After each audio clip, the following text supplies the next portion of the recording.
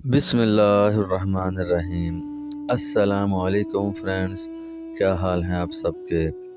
امید کرتا ہوں کہ آپ سب ٹھیک ہوں گے۔ فرینڈز، اگر آپ نے ابھی تک میرے چینل کو سبسکرائب نہیں کیا تو پلیز جلدی سے سبسکرائب کر لیں۔ تو چلتے ہیں آج کی ویڈیو کی طرف۔ ایک دن بادشاہ کا موڈ اچھا تھا۔ وہ نوجوان وزیر کی طرف مڑا اور مسکرا کر پوچھا، تمہاری زندگی کی سب سے بڑی خواہش کیا ہے؟ وزیر یہ سن کر شرمایا اور سر جھکا لیا۔ بادشاہ نے کہکا لگایا اور بولا، تم گھبراؤ مت، بس اپنی زندگی کی سب سے بڑی خواہش بتاؤ۔ وزیر گھٹنوں پر جھکا اور عاجزی سے بولا، حضور، آپ دنیا کی خوبصورت ترین سلطنت کے مالک ہیں۔ میں جب بھی یہ سلطنت دیکھتا ہوں تو میرے دل میں خواہش پیدا ہوتی ہے، اگر اس کا 10واں حصہ میرا ہوتا تو میں دنیا کا خوش نصیب انسان ہوتا۔ وزیر یہ کہہ کر خاموش ہو گیا۔ بادشاہ نے کہکا لگایا اور بولا، میں اگر تمہیں آدھی سلطنت دے دوں تو؟ وزیر نے گھبرا کر اوپر دیکھا اور عاجزی سے بولا، بادشاہ سلامت، یہ کیسے ممکن ہے؟ میں اتنا خوش قسمت کیسے ہو سکتا ہوں؟ بادشاہ نے فوراً احکامات لکھنے کا حکم دیا۔ بادشاہ نے پہلے حکم کے ذریعے اپنی آدھی سلطنت نوجوان وزیر کے حوالے کرنے کا حکم جاری کر دیا۔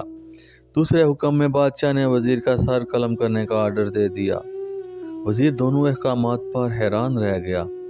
بادشاہ نے احکامات پر مہر لگائی اور وزیر کی آنکھوں میں آنکھیں ڈال کر بولا، تمہارے پاس 30 دن ہیں۔ تم ان 30 دنوں میں صرف 3 سوالوں کے جواب تلاش کرنے ہیں۔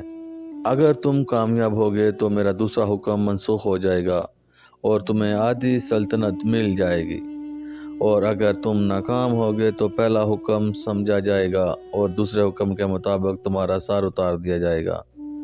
وزیر کی حیرت پریشانی میں بدل گئی۔ بادشاہ نے اس کے بعد فرمایا، میرے 3 سوال لکھ لو۔ وزیر نے قلم اور کاغذ اٹھائے اور بادشاہ نے کہا، انسان کی زندگی کی سب سے بڑی سچائی کیا ہے؟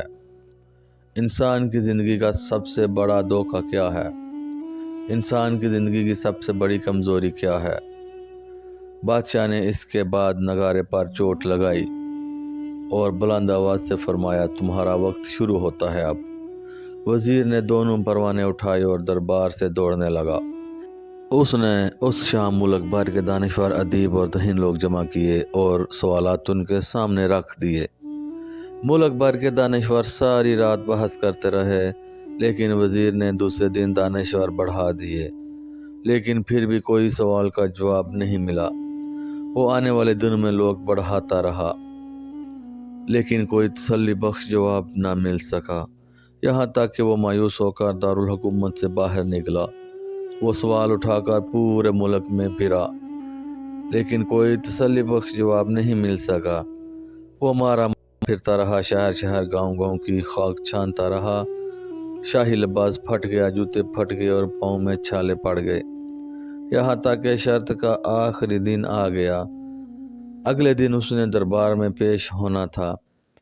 وزیر کو یقین تھا کہ یہ اس کی زندگی کا آخری دن ہے۔ سوچ رہا تھا کہ کل میری گردن کاٹ دی جائے گی اور جسم شہر کے مرکزی پل پر لٹکایا جائے گا، اور مایوسی کے عالم میں دارالحکومت کی کچی آبادی میں پہنچ گیا۔ آبادی کے سرے پر ایک فقیر کی جھونپڑی تھی۔ یہ گرتا پڑتا اس کٹیا تک پہنچ گیا۔ فقیر سوکھی روٹی پانی میں ڈبو کر کھا رہا تھا، ساتھ ہی دودھ کا پیالہ پڑا تھا، اور فقیر کا کتا شڑپ شڑپ کی آوازوں کے ساتھ دودھ پی رہا تھا۔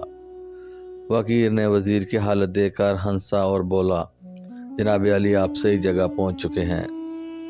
آپ کے 3 سوالوں کے جواب میرے پاس ہیں۔ وزیر نے حیرت سے اس کی طرف دیکھا اور پوچھا، آپ نے کیسے اندازہ لگا لیا کہ میں کون ہوں اور میرا مسئلہ کیا ہے؟ فقیر نے سوکھی روٹی کے ٹکڑے چھاپے میں رکھے، مسکرایا، اپنی بوری اٹھائی اور وزیر سے کہا، یہ دیکھیے، آپ کو بات سمجھ آ جائے گی۔ وزیر نے جھک کر دیکھا، بوریے کے نیچے شاہی لباس بچھی ہوئی تھی۔ وزیر نے کہا، یہ تو وہ لباس ہے جو بادشاہ اپنے قریب ترین وزراء کو عنایت کرتا تھا۔ فقیر نے کہا، جناب علی، میں بھی اس سلطنت کا وزیر ہوتا تھا۔